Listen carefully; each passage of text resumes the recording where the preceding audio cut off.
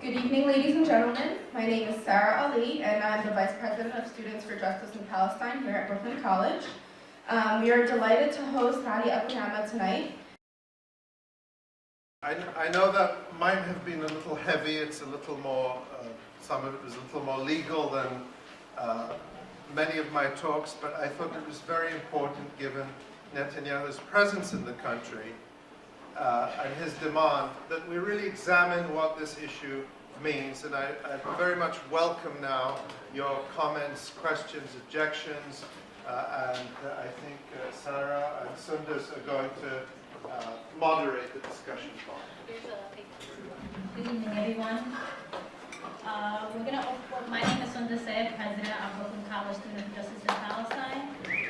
We're going to open the floor now for a Q&A session. My name is Anand Chaudhary. I'm sister of Robert Austin. We have different last names, yes, but we're sisters. I just came from City College. Why are there two RSVP lists and why is there so much security downstairs and here? Why are there like cops and security guards? Like, I don't understand. Really confused. Thanks if you could clear that up. I think we'll take some more questions. We're going to take like 2 questions at a time. Sure. My name is Ethan Hagner. I work with Abunimah in New York. I know that your talk tonight wasn't so much about the BDS movement, but I could ask a more general question about BDS. There's been a lot of talk recently, there's been a lot of attention placed on BDS from elite media sources like the New York Times, where the big scary question they keep asking is, oh, we can't trust the aims of the BDS movement. You know, it's somehow mysterious what the aims of the BDS movement are. I was wondering whether you think, and I realize that as a Palestinian in the diaspora, you may not consider it to be your place to dictate Palestinian internal politics, but I'd be interested in your reflection. I mean, whether you think it's time for a political wing of the BDS movement or a political response from Palestinians similar to the ANC's Rainbow Charter in South Africa in the 80s, where there was an explicit positive vision of what the state that would ensue from the fall of apartheid would look like, that allowed a multitude of people from around the world, including white South Africans, to sort of have point to something and say, like, yes, this is the future which I'm fighting for. I'm Connor, I'm with the Spartacist League. I just wanted to say, first of all, we defend the rights of the Palestinians and we call for an end to the occupation of the occupied territories. But what we're seeing here today is really liberalism. We agree with you on the basic foundation of the state of Israel. There are no rights built into it for the Palestinians. It's based on privileging Jews over all other peoples. It's fundamentally a racist state, and that's written into the history of it. However, you're not going to change that by trying to reason with the Zionists and with the imperialists, and that's fundamentally what the boycott, investment, and sanctions campaign is about. It's about trying to reason with people who are not going to be reasoned with. And so what we call for is a socialist federation of the Near East. And the only way to get to that is through joint class struggle between the Arabs and the Jewish working class. And that means abandoning all forms of nationalism in favor of workers in nationalism, and opposing capitalism in Israel and in the neighboring Arab nationalist states. Okay, well, that one's easy. I endorse fully the Socialist Federation, and I wanted to extend beyond just the Arab states. I think we should have maybe think of that on a global scale. I would encourage you to, this isn't just a plug for the book, but really I encourage you to read it because I do talk about those class issues and the fact that in the chapter Neoliberal Palestine, I talk about the fact that we really can't get to justice unless we address the gross distortions and injustices imposed by the economic system that is internal and external, and that makes Palestinians suffer, and poor Israeli Jews suffer as well. So I think that we absolutely need to talk about those things. The question regarding the goals of BDS, you're right, they could not be clearer. They are very clear and open and simple, and many people can recite them.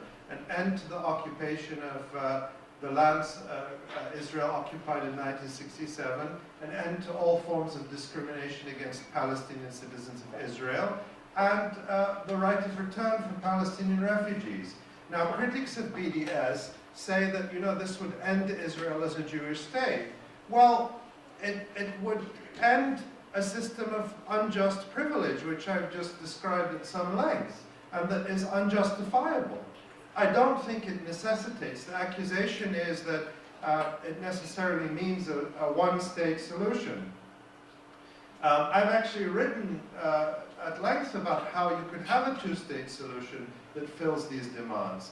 But what the critics understand is that once you take away the Jewish privilege built into Israel, once you take away the special and superior rights that Israeli Jews are demanding, then the logic of ethnic separation into states disappears. They're correct about that. They're correct that the logic of separation, it no longer makes sense unless you're committed to special and better rights for Israeli Jews. And so they are grappling with, they're reaching towards a correct understanding of the problem. And I think that's a very good thing about BDS. The question about Palestinian internal politics, I mean, that's one that Palestinians discuss a lot. And I think it's, right now, Palestinian internal politics are very dysfunctional, and they're the most internationally managed international politics you can imagine, where elections, when Palestinians have them, are ignored, and Palestinians are forced to have leaders appointed from outside. They're not unique in that, but it certainly makes it a problem. And then the physical and geographical separation that Palestinians live under makes it difficult. But okay, that's an issue that's out there and has to come. Although one of the accusations that critics of BDS make is they try to portray it as something foreign, and it is in fact something indigenous. And those three BDS demands: unite all Palestinians. You'd be hard-pressed to find any Palestinian that does not exist within a clear consensus around those demands. But let me just say something about my personal experience. Okay, so there's no Palestinian ANC right now, or something analogous to the Freedom Charter. But I myself have tried to do this. In my first book, One Country, I tried very much to put forward a very positive, very generous vision. I do the same here. I try to do it in this book. And I develop it much more than I did in the earlier book. And yet my experience is that even though you make these very far-reaching efforts to say, let's think of a vision where people live together, I'm accused of hate speech, I'm accused of denying the existence of the Israeli nation. We have to have all this security in order to have a discussion about justice and peace. So, at a certain point you have to ask, not, is there sufficient efforts at a vision coming from Palestinians, but why aren't those who oppose Palestinian human rights capable of hearing what is coming from Palestinians? And BDS as a tactic and a strategy, whatever criticisms you have of it, and you can have criticisms, its first and foremost function is making people listen who felt that they didn't have to listen because they were immune and it didn't affect them. BDS raises the cost of negligence, of obliviousness. It makes people listen.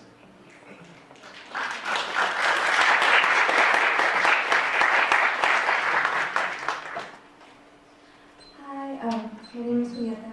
I'm with Students for Justice in Palestine here at Brooklyn College. I want to ask, you touched on it a little bit, but maybe we can extend more, how Israel, as a nation state, has made a two-state solution impossible, or maybe, whatever your opinion is on that topic. Thank you. Thank you.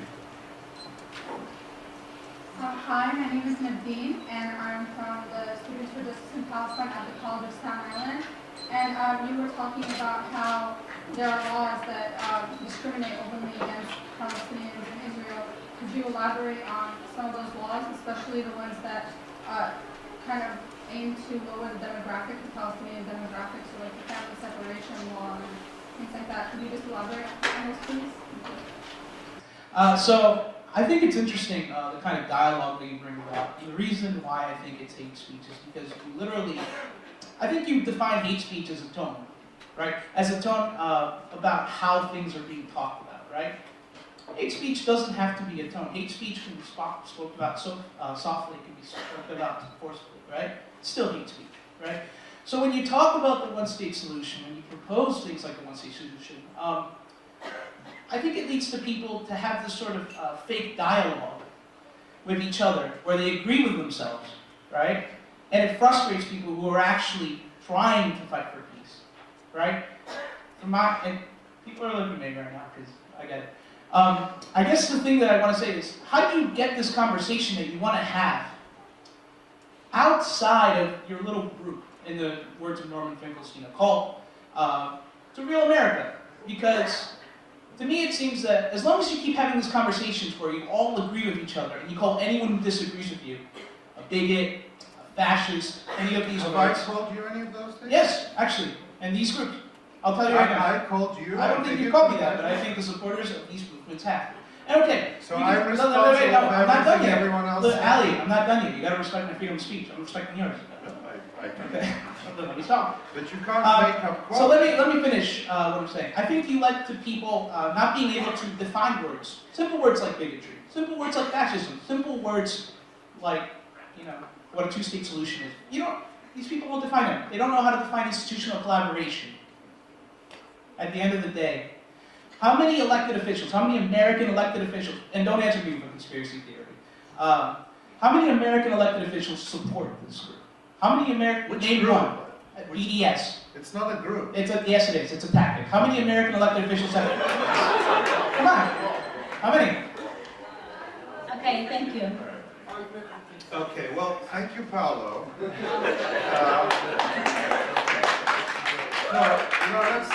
Let's, I mean, what you claim that we all agree. You came and you just, even though you didn't want me here and you voted against funding this event, I'm still here and you got to say what you want. If you have more to say, you can come and say it. I'll single you out for special treatment and give you more time if you want it. How about that?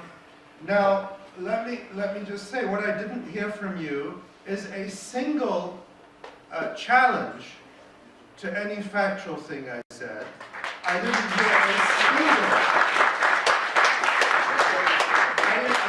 hear a single attempt by you to substantively challenge an argument I made. What you did is bluster and bluff and try to hold me accountable for things unnamed other people may or may not have said outside this room. And I think that, you need to try a lot harder is what I'll say, is that if you're going to stop the momentum of this movement, you're going to have to work a lot harder on your techniques and your tactics. But I will say this, that we are taking this discussion and this debate all over the country. We're going to be going from coast to coast, and and this discussion is increasingly prominent in the media. It has gone from the margins. Frankly, it was a marginal discussion, but now it's in the New York Times almost every day. Now we've got, the President of the United States and the Secretary of the State denouncing BDS. We've got Netanyahu making it the centerpiece of his speech to AIPAC. We've had, just in the past couple of months, let me list them, the Israeli Finance Minister Yair Lapid, the Justice Minister Tzipi Livni, the head of the coalition partner, the chair of the Habeit HaYehudi party, all of them saying that BDS is one of the biggest threats Israel faces. So, I mean, Yair Lapid, the economy minister, says that it's going to, you know, by all the scenarios his ministry have sketched out, it's disastrous for Israel. So if that's a marginal movement where it's just a few people in a cult that just agree with each other, I'll take it.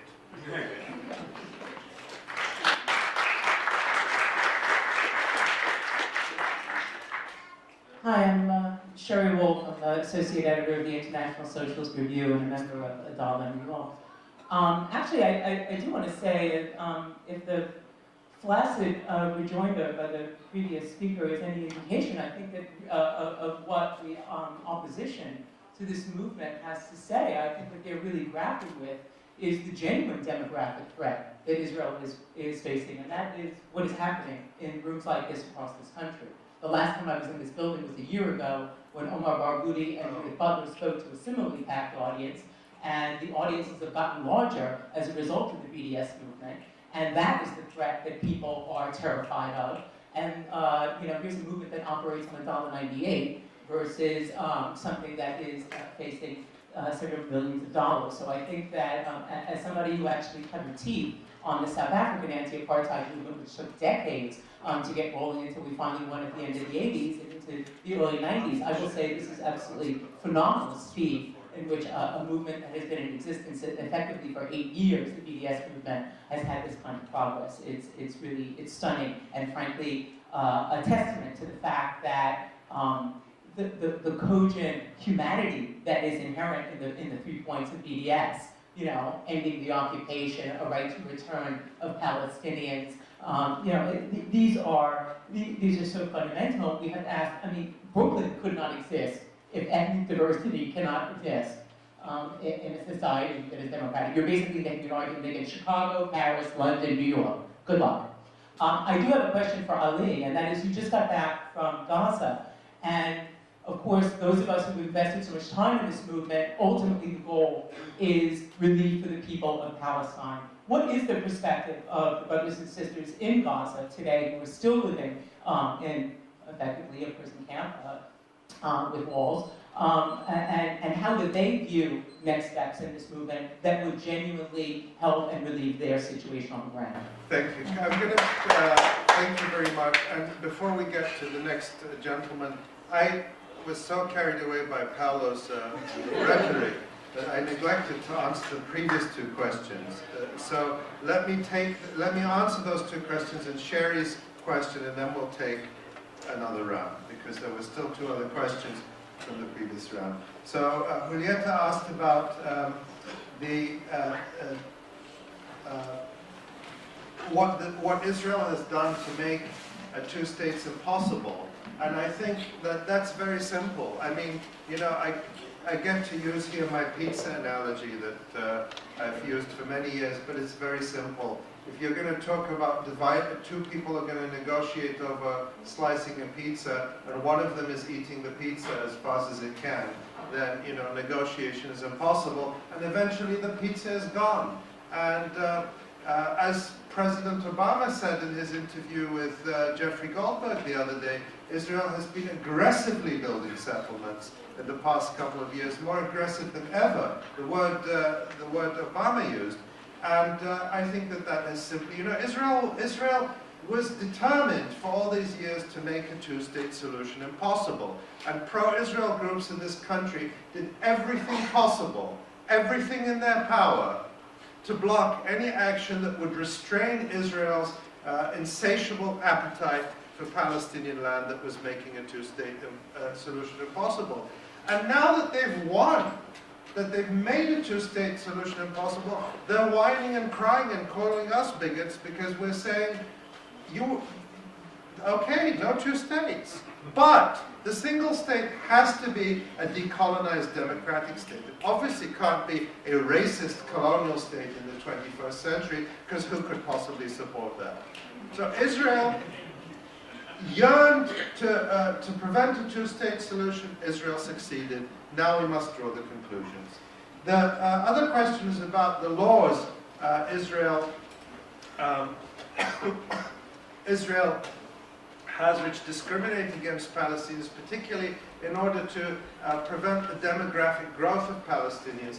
And this is a question that really requires much longer answer than I can give in this context. But I do recommend, Jason, do we have Ben White's book back there? Oh, okay, well, Ben White was here a few weeks ago, right? He got also the treatment. But he's written an excellent book on this, which really details those laws.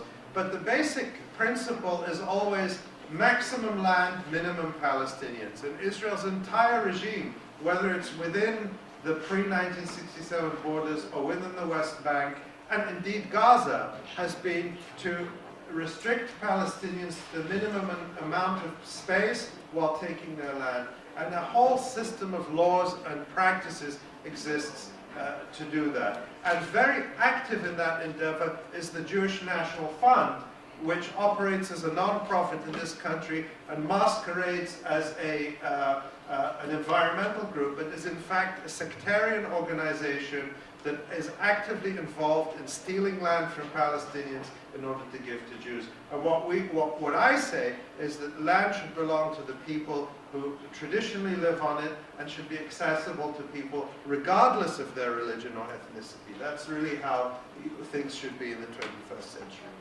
Sherry, I do write some about my visit to Gaza, but I can't adequately represent. I was there for a week in May last year, and that trip would be impossible today because after the US-backed military coup in Egypt, travel to Gaza has been impossible. Some of our sisters from Code Pink have been trying to get to Gaza right now, Medea Benjamin and others, and she was detained in Cairo airport and deported after being physically attacked.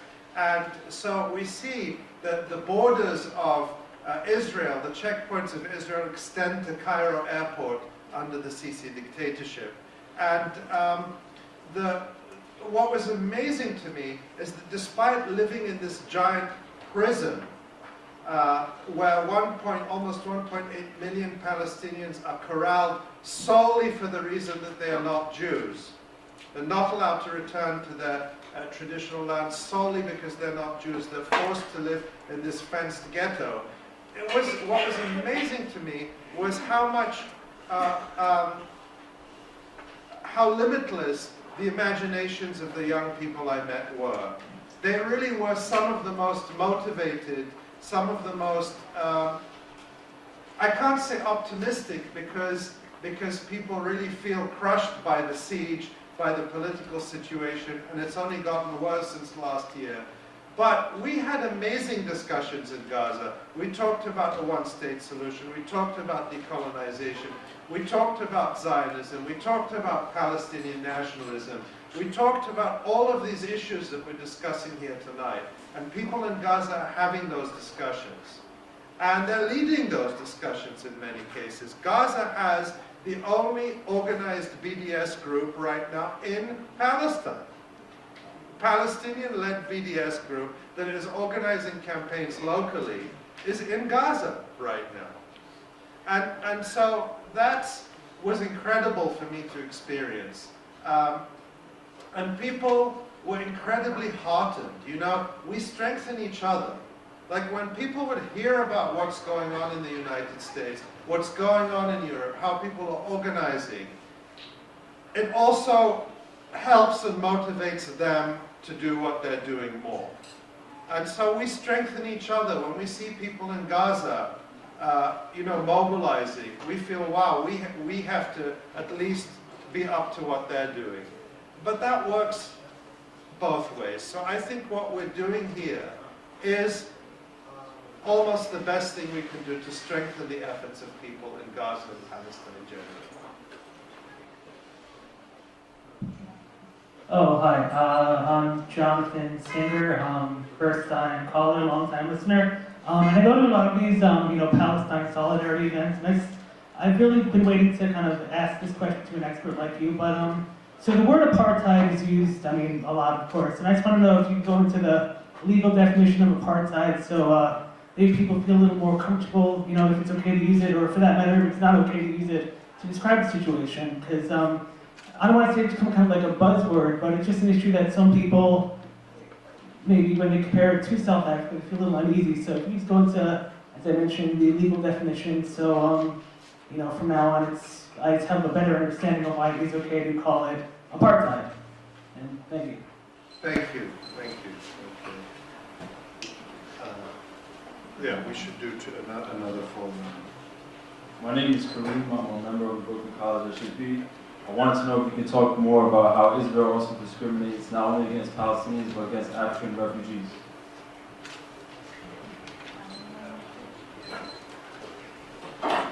One more, yeah. My name is Diane Stillman. Shalom. I'm an alumna of Brooklyn College, 1969. I'm a lawyer, a teacher, and an associate professor of law. I have a comment. I've been going to a lot of the meetings to keep myself informed, and I'm struck by information that is left out. For instance, I'm wondering if any of these beautiful students have any idea that in Israel, Palestinians who live in the country are in parliament, they're judges into the high court, they are doctors, lawyers, university students, professors. It just doesn't seem to be mentioned. What's not there is always mentioned.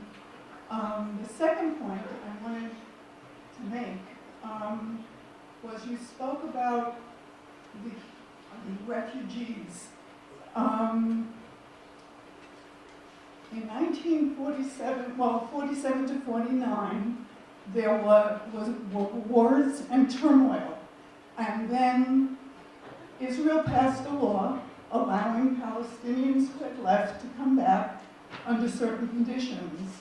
Somewhere between 150 to 170,000 did, and they had to fill out forms and do whatever else, and made their life in Israel.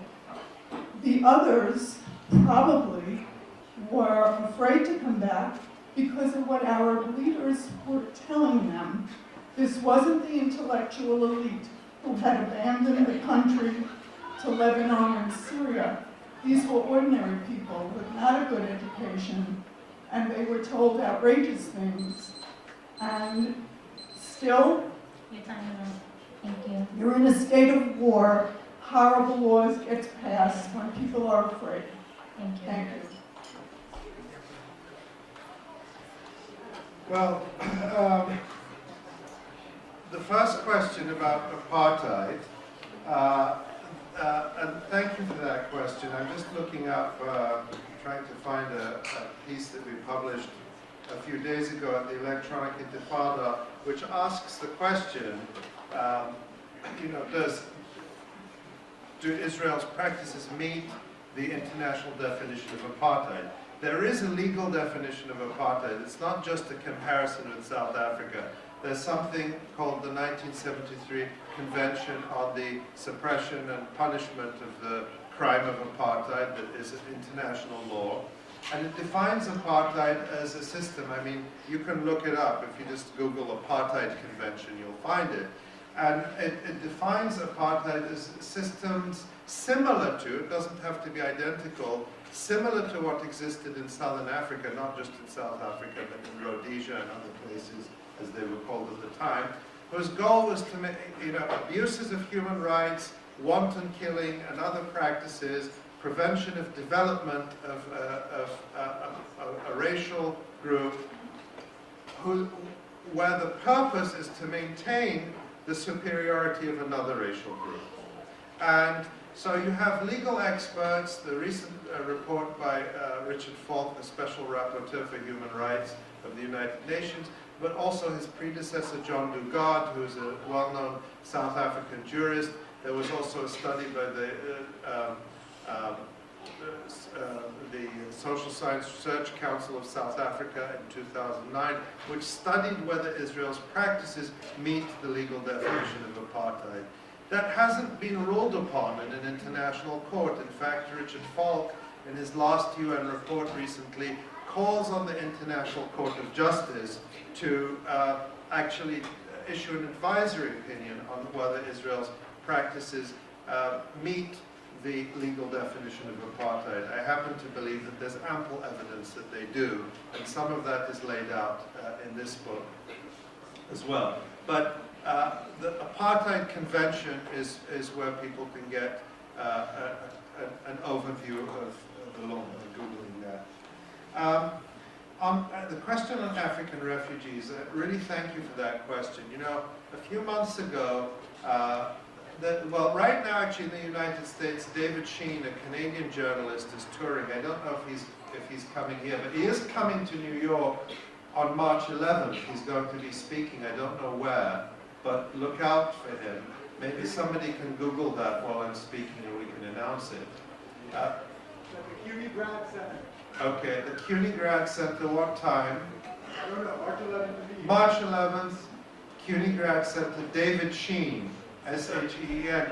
And David Sheen has really done pioneering work on documenting the pogroms against African asylum seekers and refugees in Israel.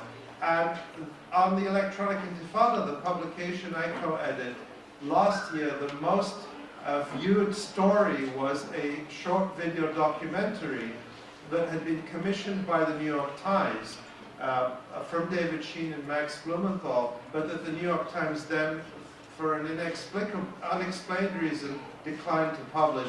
It went absolutely viral. Within a few days, hundreds of thousands of people had viewed it at the Electronic Intifada. But basically, Israel has set up what are called in Hebrew concentration camps for what they call in Hebrew infiltrators. People from Sudan, Eritrea, and other countries who are often fleeing violence. And if you compare, one of the things David Sheen shows in his talks is that refugees from these countries, when they go to European countries or other countries, the approval rates for asylum applications is 80%, 90%. When they go through a proper due process to determine whether they're eligible for refugee status. Israel doesn't even have such a process, and according to David Sheen's statistics, none have been granted refugee status. There isn't even a process in place. But again, many of the slogans that are used against African refugees are the same slogans that are used against Palestinians, that this is a Jewish state, we don't want strangers here, we don't want non-Jews here. Very frightening stuff, and this is also something that Max Blumenthal talks about in his book Goliath, which I also highly recommend. The comments from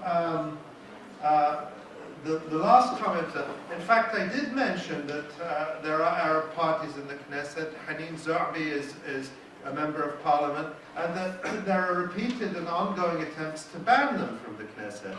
And that's something that should be mentioned too. And of course, I do discuss at length in the book, I mentioned this, although I didn't go into it in detail, that I discuss the disparities between Palestinian citizens of Israel and Israeli Jews, which are the direct consequence of systematic, legal, and de facto discrimination. And that's something that's well documented by Israeli organizations like Sikui. And you talk about medical schools. That's a really good example I discuss in the book.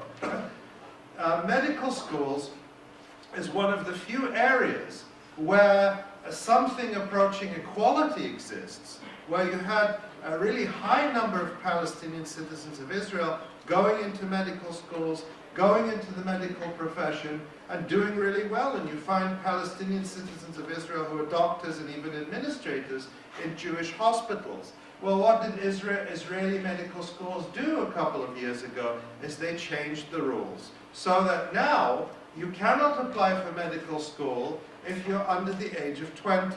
What does that mean? Well, Israeli Jewish students, most of them, go to the army at the age of 18 after high school. So if they want to apply to medical school, they don't apply till they're 20. Palestinian citizens of Israel who want to apply would apply straight out of high school.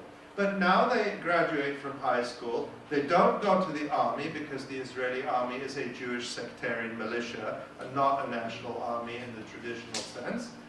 And so, what do if they want to?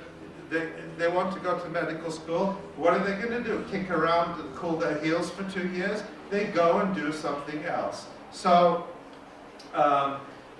you have all these examples of Palestinian citizens of Israel who undeterred by this blatant attempt to stop them from going to medical school and succeeding there, leave the country or give up and do other things. So that's really a good example of where, you know, Israel should have celebrated the fact that medical school is one of these very few areas where there's something approaching equality and not these huge disparities you see in every other field. But what did they do? They stacked the deck to make it so that Israeli Jews would get a leg up. I see you shaking your head. It's in my book. You can check the sources. Good, great, read it. You'll learn something from it. You'll also, by the way, the last part of your talk, the last part of your question was what I would call Nakba denial. This idea that Palestinians, incited by evil Arab leaders, got up and left. Which people in history ever just left their homeland, left their houses, left their artwork, left their farms, left their orchards, and just left because they heard on a loudspeaker? Oh, they heard on the radio, some Arab leader in Egypt says, oh, get up and leave. Okay, let's get up and leave. When did that ever happen in history? Stop this Nakba denial. It's disgusting.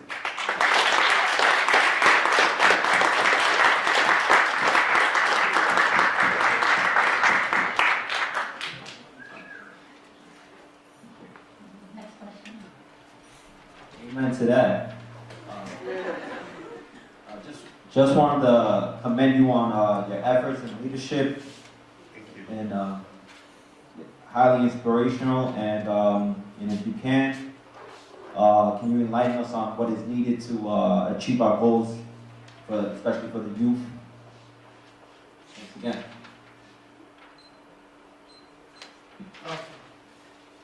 Hi, my name is Laura. I'm a member of the International Socialist Organization.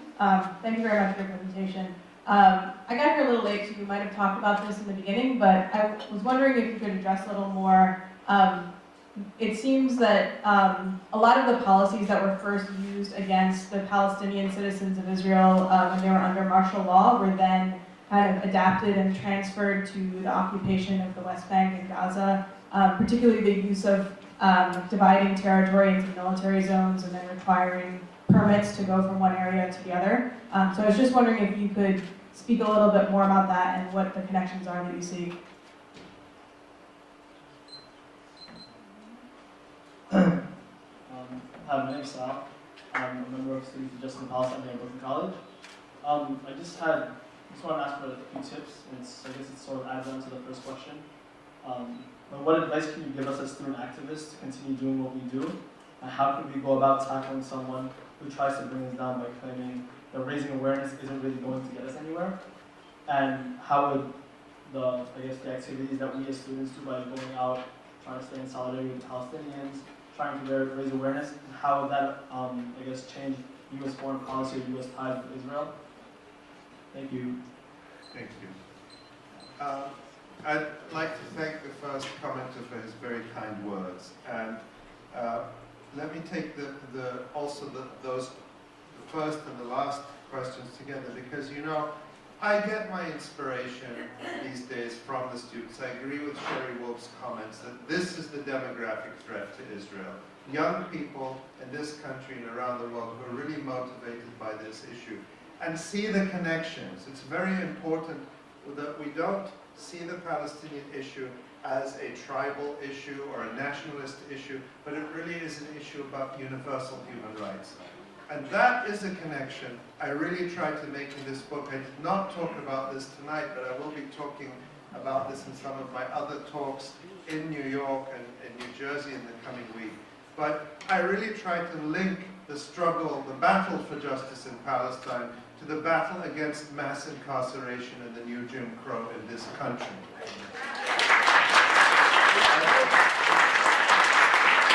when you talk about dividing territory, it's not just Palestinian territory. I write about what is going on in the southwestern United States, what is going on in Arizona, where you have laws banning ethnic studies, banning the teaching of Chicano history. And that is exactly like what Israel is doing when it passes laws to penalize commemorating and teaching about the Nakba, so ignorance like this about the Nakba can persist and people can continue to fantasize that Palestinians left of their own accord and were not deliberately ethnically cleansed, as in fact they undeniably were by Zionist militias. When you talk about connections, the connections have to be broad and they have to be deep. I talk about, in New York City, the stop and frisk policies and the spying by the NYPD, which was directly inspired. Did you know that the NYPD brought in a guy from the CIA to set up the spying on Muslim communities of the NYPD? And he said he was directly inspired by how Israel controls the Palestinian population in the West Bank. It's in the book that you have now. Just the other day, the Obama administration, the administration that has deported more people than all previous US administrations put together, that has deported 1.5 million people, that has broken up hundreds of thousands of families, in its relentless drive to appease the far right in this country, to appease nationalists and white supremacists by this deportation machine. That the Obama administration just gave a few days ago a $145 million contract to Elbit Systems, an Israeli weapons company that tests its weapons on Palestinians in the West Bank and Gaza Strip, and that provides the security systems for Israel's illegal annexation wall in the West Bank, the techniques of repression and control and division and segregation and ghettoization tested and perfected by Israel and Palestinians are coming to the United States thanks to the Obama administration and thanks to companies like Elbit Systems. And when you look at, I also talk in the book about this industry that Israel lobby groups have set up, AIPAC, the ADL, the American Jewish Committee, and others, taking police chiefs from every major city in the United States, from New York, from Chicago, from Houston, from Los Angeles, from El Paso, from Columbia, South Carolina, from all over the country, taking them on these junkets to Israel, where they take them to prisons like Megiddo prison, where Palestinian children are held in solitary confinement and tortured, where Palestinian prisoners like Arafat Jaradat are tortured to death. And they take these US police chiefs to these prisons, and then the police chiefs come out and they tell the press, oh, we're so impressed with what Israel is doing, and now I'm going to take the techniques that I learned back to Los Angeles, back to Chicago, back to Houston. And Israel has stated that it wants, Israeli officials, and I quote them in the book, that they want to grab a huge share of what they call the global homeland security industry, which they estimate to be a $200 billion+ a year industry. And in fact, they're succeeding. And in the past 10 years, Israel's export of implements and weapons of death and technologies of control has doubled from $3.5 billion in 2003 to almost $8 billion now. And who is the main customer for this? It's American police departments. And the ideology is the same. Those who do stop and frisk here, they see people of color in New York as a demographic threat, just like Israel sees Palestinians and Africans as a demographic threat. So, if we're going to take this apart, if we're going to defeat it, then we have to understand that it's a joint struggle. And that it's not enough for Palestinians to be having a separate campaign against a company like G4S, which is a contractor for Israeli prisons that torture Palestinian children. We also have to have a campaign against G4S in this country, which is running state and federal and county jails all over the country, that is running the mass incarceration machine, that is running the prisons where American children and youths are kept in solitary confinement and kept for life sentences without parole. We have to have a joint campaign against this. So that's part of the effort of this book, is to expand our understanding of how these systems of oppression are connected ideologically and materially, so we can prepare to fight them together.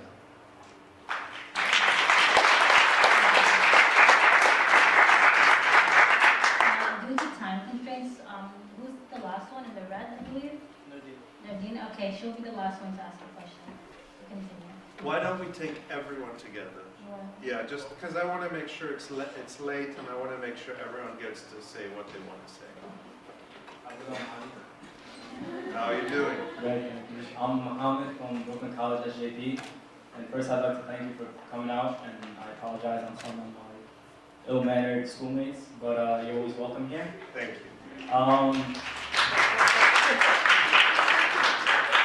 I'd like you to explain a little bit about the Jewish National Fund and how it has stolen Palestinian land. And that's it. Thank you. Hi, my name is Mohammed. I'm from the University of Paris. I have a question. As you said, there is no possibility today for a two-state solution because Israel has made it impossible.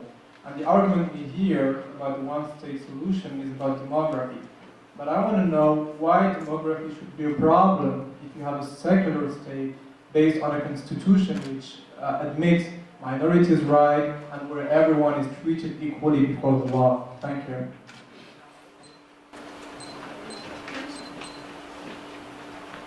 Hey, it's good to be here.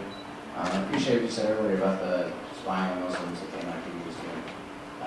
Yeah, it's just similar to just the gentrification people face in the city, at the same time that money is being given to Israel, but, people basically on gentrification of Palestine. I wonder if you could, give some advice as to how people might start to make some of those things from like an organizational kind of grassroots level. I'd also just like to make a quick comment to one earlier. My family was actually originally from a small village outside of Ramallah that was destroyed, and just basically bulldozed while people were old, people were sick, couldn't really leave yet. Everyone was basically chased out and had to go on foot for like miles and miles. A lot of people died, and they still tell stories about it. And I know other Palestinian families who still have the keys to their houses that they were kicked out of right for this. People in my family have been killed or in tortured. So I just wanted to say that it's maybe people may have heard that stuff didn't happen or that people left voluntarily, but that's absolutely not true.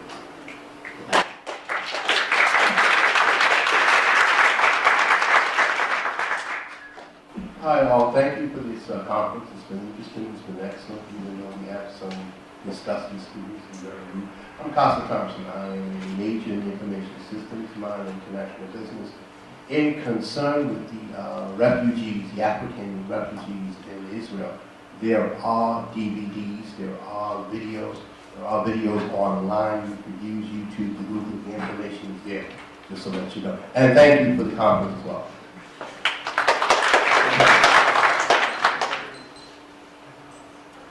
Hi everyone, my name is Connor.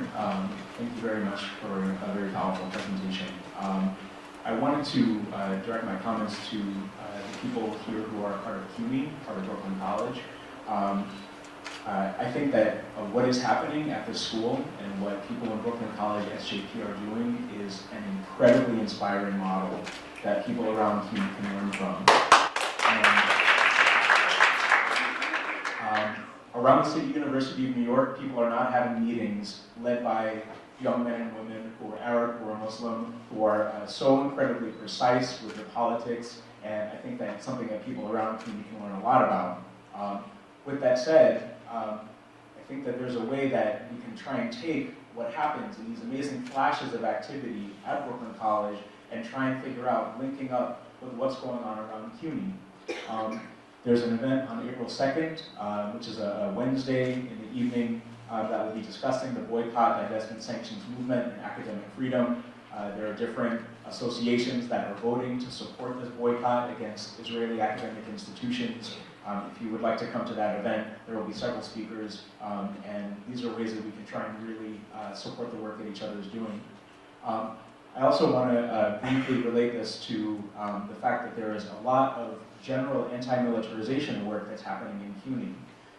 General David Petraeus teaching in CUNY, people having a lot of protests. The return of the Reserve Officers Training Corps, where I teach at Medgar Evers College, we just voted to kick them off of our campus. Yeah.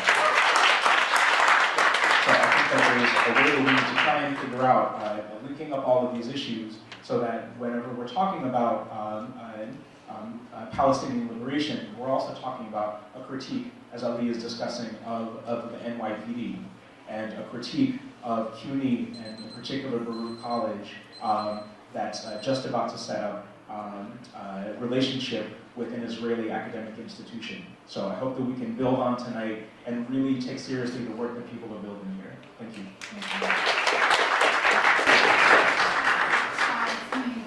I just have a question about a technical term, just out of curiosity. I see that you use the term ethnic cleansing a lot, although I feel like, 1948 and 1967, what occurred then, I feel like it could be labeled as, genocide, because the stated goal is to completely, take over the Palestinian state with no Palestinians in it. And a lot of the Jewish policies, the Israeli policies, to enable Jewish demographics to grow, reflect that. So, what is the better term to use between ethnic cleansing and genocide, and why do you use this term? We'll take one more question. Hi, thank you for being here. It means a lot. My name is Sarah, and I just want to make a comment and ask you to comment on Bill de Blasio's recent meeting with AIPAC behind closed doors is inflammatory and an affront to all of us here who work towards defending the human rights of the Palestinian people. Many New Yorkers and many Jewish New Yorkers are speaking out about this. On Monday, a group of people will be meeting at City Hall on Monday at 3 o'clock to carry that message to him, that AIPAC does not speak for all Jews or all New Yorkers. And if AIPAC is always, City Hall is always open to AIPAC, is it always open to people in solidarity in Palestine? So we're going to meet there at 3, and then we're actually going to walk over to see you speak at NYU, at the NYU SJP event. I actually had a chance, I ran into Bill the other night, Monday night, after watching a film for another Israeli apartheid week event. And I saw him and I said, Bill, recently you just got a letter inviting you by the Committee for Open Discussion of Zionism, inviting you to visit Palestine. And as a Jewish New Yorker, I strongly urge you to accept that invitation.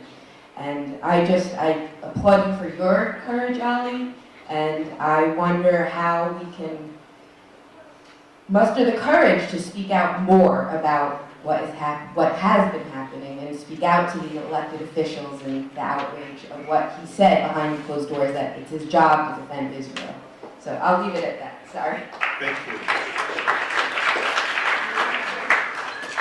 Thank you, everyone. I just want to begin my closing comments with echoing the thanks and appreciation and support for the work that Brooklyn College SJP is doing. It has truly been amazing.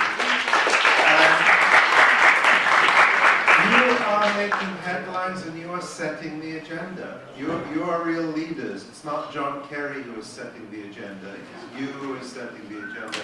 And you do get a shout out in the book. I do discuss some of what has happened at Brooklyn College with the attempts to silence you, the attempts to shut you down, the attempts to intimidate and bully you. And yet here we are having this incredible, lively discussion where everyone can say what they want, where everyone who's spoken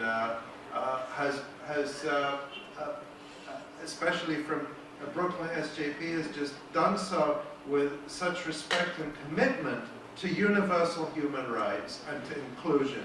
And it's just the polar opposite of the lies and the fabrications and the incitement and the defamation which keeps coming from the hate groups that want to shut you down. And so I really encourage you to continue. And you are. It's not that you can set an example. You are setting an example already for others.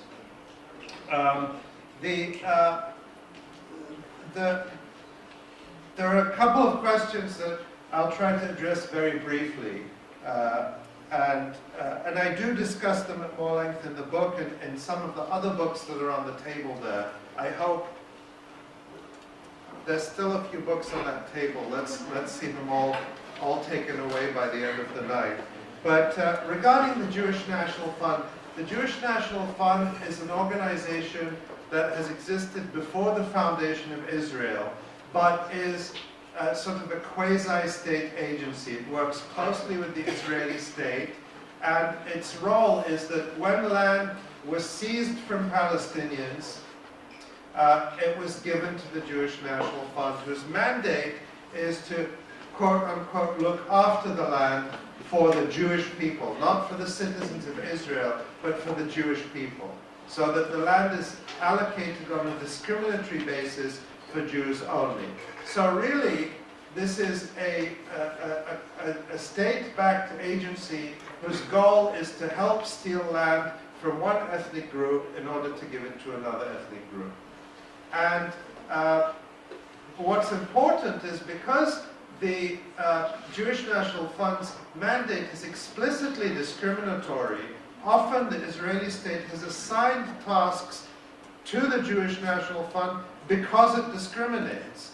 The tasks that would not, that, you know, even the Israeli Supreme Court might object to if the state did them, the Jewish National Fund can get away with them.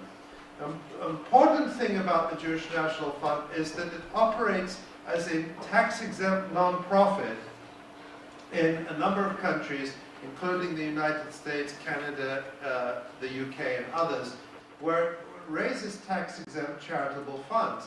And in many countries, people are challenging this. In the UK, recently, the Charities Commission agreed to review the status of the Jewish National Fund because UK law says that charities that have official status cannot engage in racial discrimination.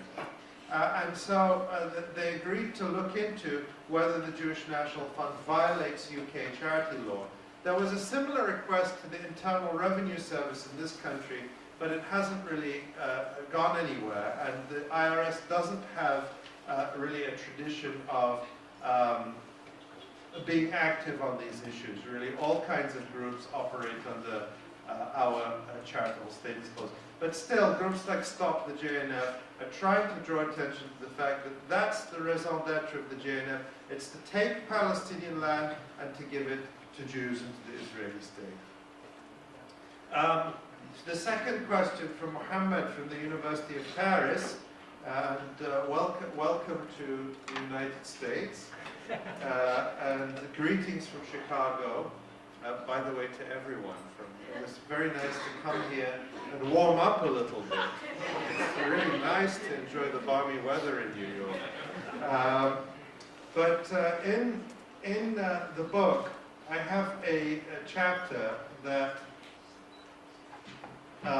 is called Israeli Jews and the One-State Solution, and it addresses directly the question you raised. And the reason I wrote that chapter is because I kept hearing these objections. So I'll give you these quotes. Shimon Peres, anyone who rejects the two-state solution won't bring a one-state solution. They will instead bring one war, not one state, a bloody war with no end. John Kerry, there's no such thing as a one-state solution. You cannot have peace on any one side with the concept of a one-state solution. It just won't happen.